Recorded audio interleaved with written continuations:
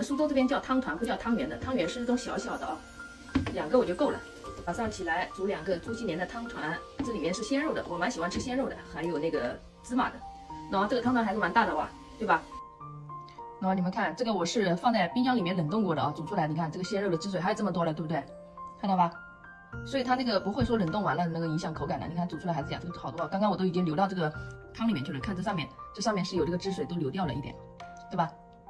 那这个就是鲜肉汤团啊，所以如果没有吃过苏州的鲜肉汤团的话，可以尝试一下啊。吃过的朋友就知道了，它这个汤团很好吃。我又咬了一口，看到吧？这汁水看到吧？对吧？现在我吃第2个了啊。你看的这个里面还是有很多的汤汁的，看到吧？这个汤汁要流下来了，看到吧？而且它很糯，口感一点都没有变。我这个汤团呢是我一次性买很多，然后放在冰箱里面冷冻。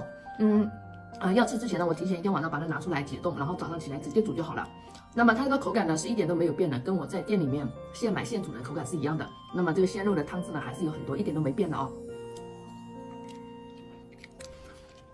他家的汤团呢有5种口味的，鲜肉的、芝麻的、豆沙的、花生的、萝卜丝的，每一种都不错。那么我吃的比较多的是鲜肉跟芝麻的啊，萝卜丝上次我也吃的，我也有一个视频分享的，也不错，很好吃的。那么喜欢苏州正宗特色美食的朋友，记得点赞关注，我们下期再见。